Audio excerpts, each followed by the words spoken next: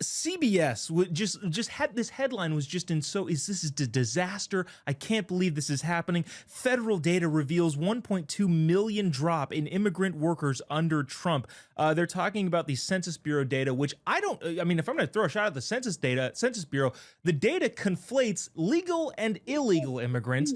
But let's just assume that the majority of this is illegal here because those are the people that are actually scared and leaving jobs. CBS reported this as like just the worst possible thing that could happen. Grace, though, I kind of see this as, oh, cool. There's a million jobs that are wide open for Americans to go get. This sounds awesome, right? Yeah, that's exactly right. And that's exactly the point and what people should focus on. I mean, remember all of those people who said eliminating illegal alien workers from our workforce would destroy American industries like farming, food processing, and hospitality? Those racist people, I might add. More fear mongering that did not end well or age well.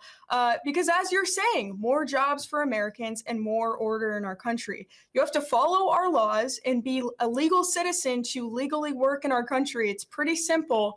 I'm not sure why that's not computing for so many people still, CBS included.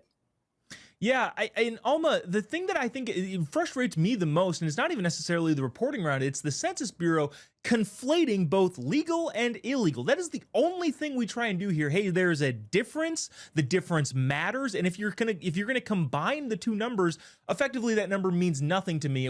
Who's here legally, who's here illegally, and how do we separate those numbers? I don't know. What can we do to push that more and more and more to stop just saying, oh, migrants, okay, legal or illegal? Why do we have to continue asking that question? At the end of the day, they're trying to push a certain narrative. And that narrative basically is to sow fear among people who are here legally.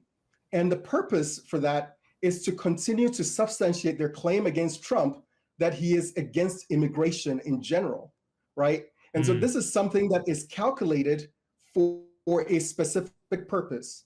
And it is working. Yesterday, I posted a video talking about something Gavin Newsom said, and a lot of people came to my comments telling me that ICE was arresting citizens and legal immigrants, willy-nilly, just because they look brown, right? And so this is part of a concerted effort to maintain a narrative that appears to be collapsing. So you have to conflate these numbers so that you can create this idea that it is completely indiscriminate and it is because of racism or something like that, and not because you're trying to protect the American worker. And the part that annoys me the most are the farm owners who are saying, oh, we're not going to have people picking our crops. I'm like, why do you have to do it illegally? There is a legal process to do that.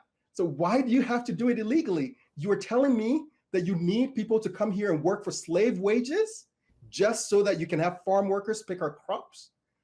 I think that is the most offensive part of that entire argument, is that you need slaves basically to come and do that work. Yeah, well, I mean, that's only possible if the libs open the border and let people come in and do the work for very low wages. Yeah, it's a ridiculous argument all the way around, and I think the baseline is, yeah, let's get all the illegals out of here and just keep the American dream for Americans as of right now. Not saying you can't come in, but there's a huge illegal problem, and I think we all see it.